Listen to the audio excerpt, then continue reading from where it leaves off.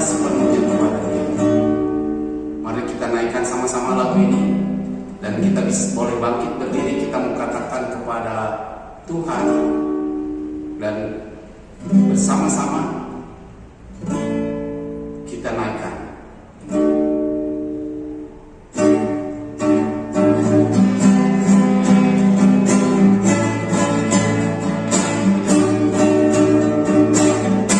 Begitu besar kasih Allah pada kita, diberkatilah anak cucu kita di mana-mana.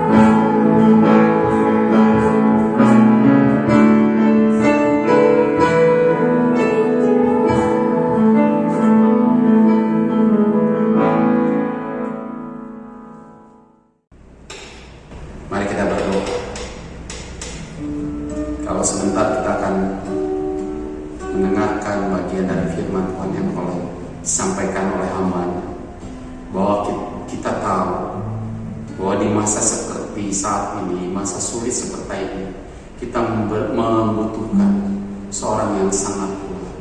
Siapa dia? Dia adalah Yesus. Hanya kekuatannya yang memberikan kepada kita kemenangan sampai hari ini, hidup sampai hari ini, dan oleh anugerahnya kita masih ada sampai hari ini.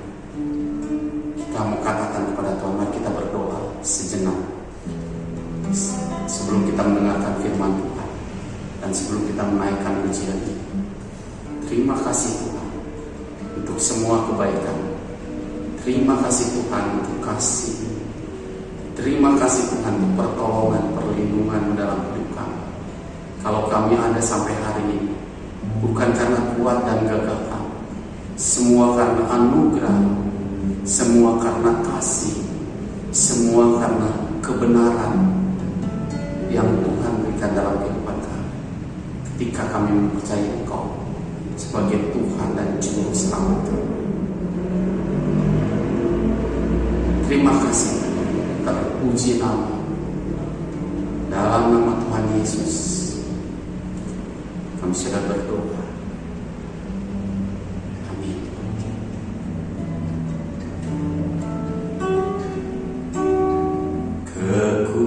Kekuatan di hidupku, ku dapat dalam Yesus. Dia tak pernah tinggalkanku, setia menopangku,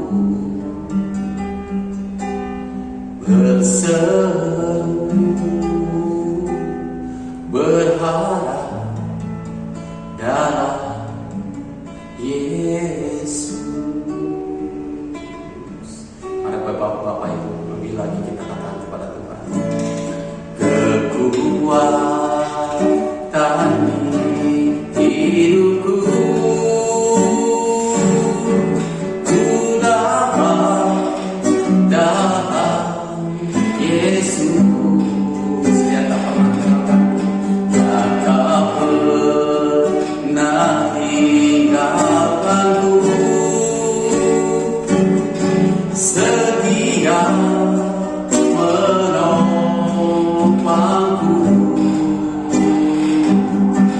berseru berharap dalam Yesus. Ajaib Kau Tuhan, ajaib Kau Tuhan, penuh kuasa, sanggup pulihkan keadaanku. Dalam tangan-Mu seluruh hidupku tak akan goyah selamanya. Mari lebih lagi Bapak Ibu imani, katakan kepada Tuhan, kami tidak perlu siapa-siapa, tapi kami hanya memerlukan Engkau Tuhan di dalam kehidupan kami. Mari kita katakan bersama-sama Bapak Ibu, lebih lagi lagu ini dengan segenap hati kita. Kekuatan di hidupku, ku dapat dalam Yesus.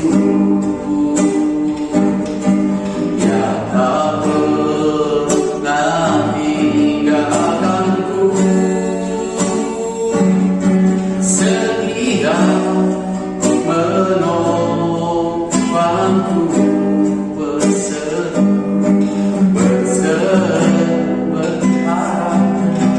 berharap dalam Yesus. Ajaib Kau Tuhan,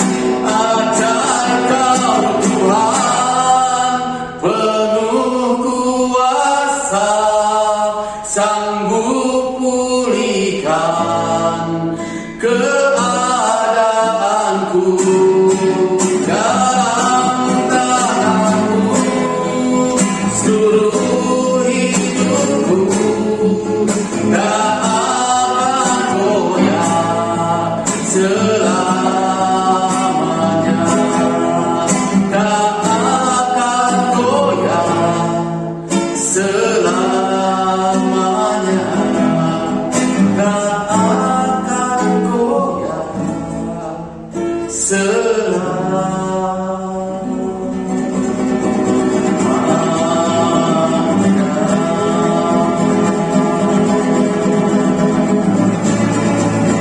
Terima kasih Tuhan, terima kasih Tuhan.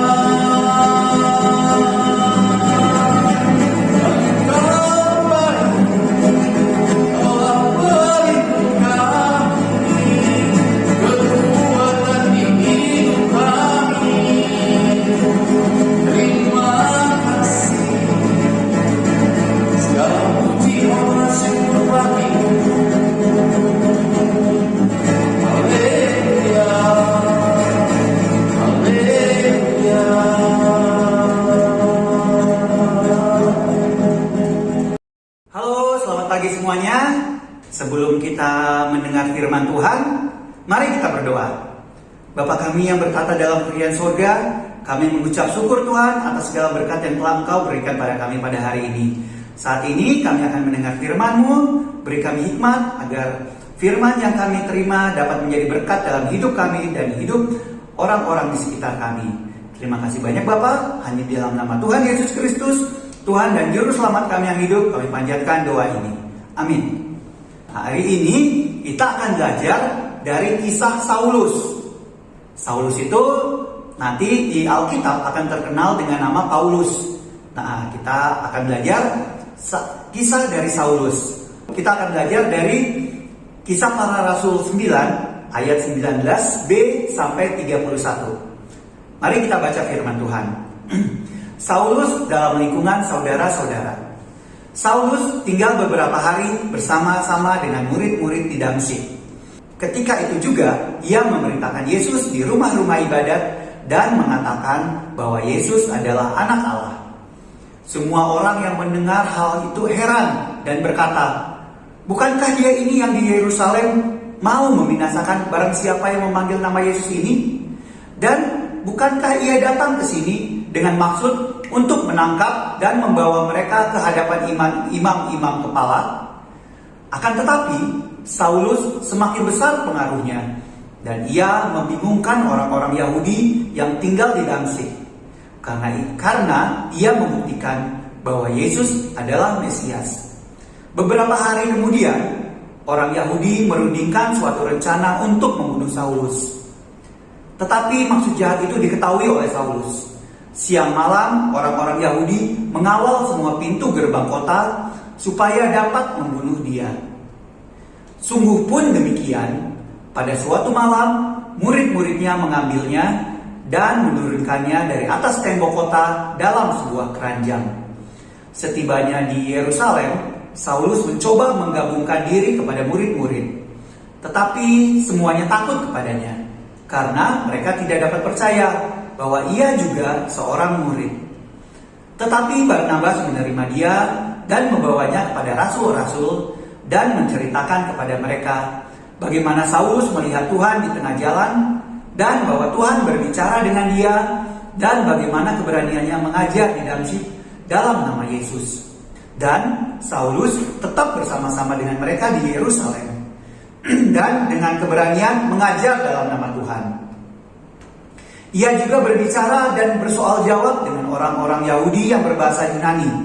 Tetapi mereka itu berusaha membunuh dia. Akan tetapi setelah hal itu diketahui oleh saudara-saudara anggota jemaat, mereka membawa dia ke Kaisarea dan dari situ membantu dia ke Tarsus. Selama beberapa waktu, jemaat di seluruh Yudea, Galilea, dan Samaria berada dalam keadaan damai. Jemaat itu dibangun dan hidup dalam takut akan Tuhan. Jumlahnya makin bertambah besar oleh pertolongan dan penghiburan Roh Kudus.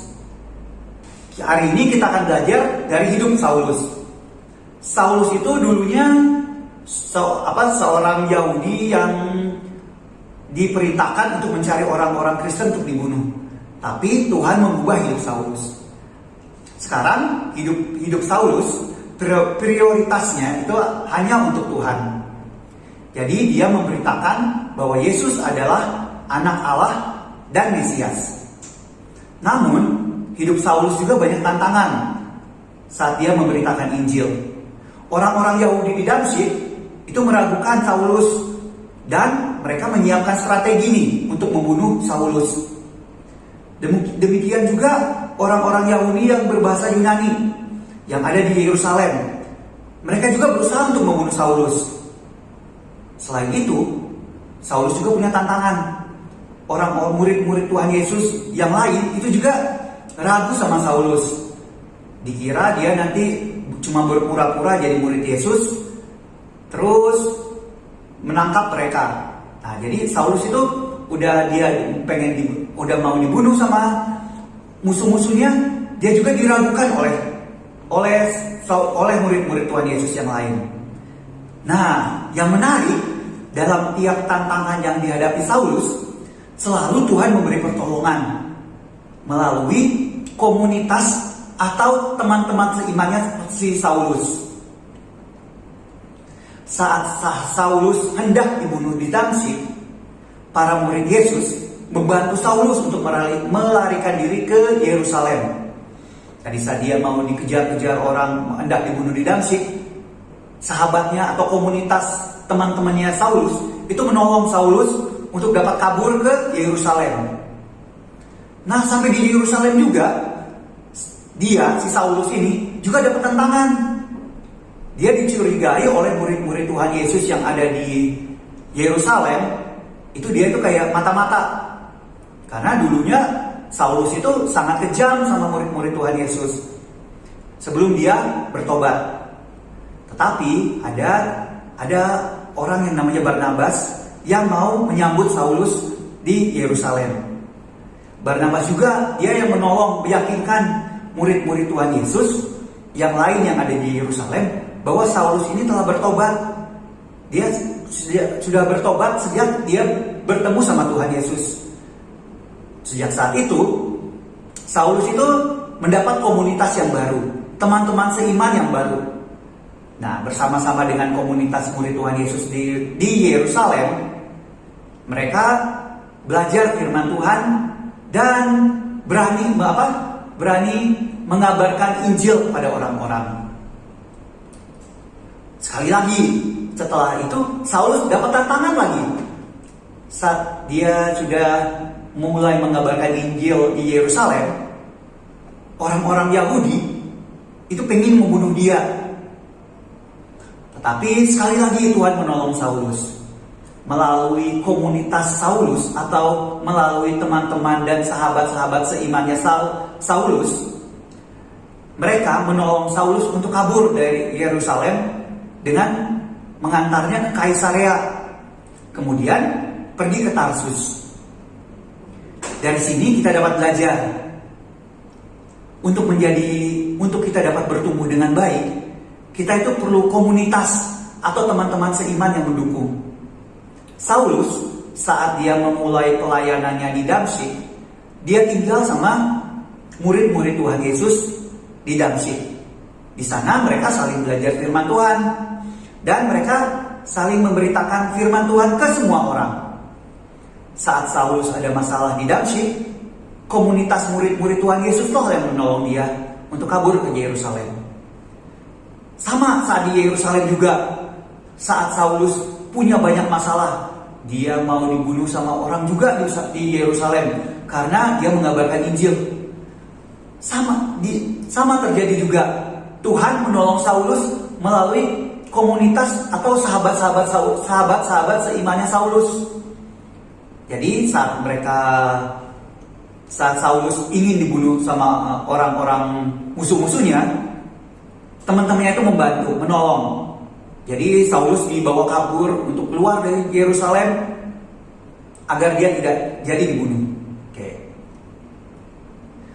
Dari sini kita dapat belajar tuh, jika kita ada dalam suatu komunitas yang benar, maka kita tuh akan merasakan ada kasih karunia Tuhan, ada rasa saling tolong menolong, saling bantu membantu. Nah, jadi kalian kalau pengen bergaul, pilihlah komunitas yang benar. Karena pergaulan yang buruk itu akan membawa, di Mazmur pergaulan yang buruk itu akan membawa ke kehancuran. Jadi hati-hati kalau kalian memilih komunitas atau memilih teman.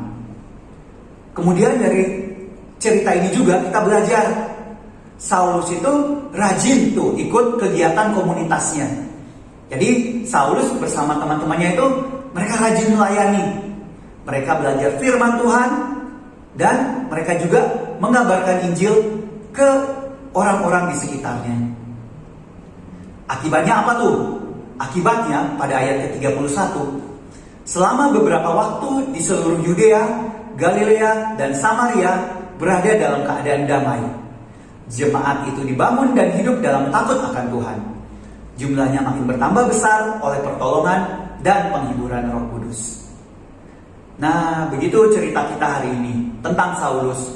Bagaimana Saulus dalam pelayanannya selalu ditolong Tuhan melalui komunitasnya, melalui sahabat-sahabatnya atau teman-temannya yang seiman. Sekarang ayat hafalan kita hari ini adalah diambil dari Kisah Para Rasul 9 ayat 31b dan c. Bunyinya, jemaat itu dibangun dan hidup dalam takut akan Tuhan. Jumlahnya makin bertambah besar oleh pertolongan dan penghiburan Roh Kudus. Kisah Para Rasul 9 ayat 31b dan c. Nah, mari kita berdoa. Bapa kami yang bertata dalam kerajaan surga, kami mengucap syukur Tuhan. Kami pada hari ini dapat mendengar firman-Mu Tuhan. Beri kami hikmat agar firman yang kami dengar dapat menjadi rema dalam kehidupan kami. Kami juga berdoa agar kami dapat menemukan komunitas terbaik dalam hidup kami, sehingga kami dapat melayani Engkau melalui komunitas itu. Terima kasih banyak Bapak. Hanya di dalam nama Tuhan Yesus Kristus, Tuhan dan Juru Selamat kami yang hidup, kami panjatkan doa ini. Amin. Nah, selamat pagi semuanya.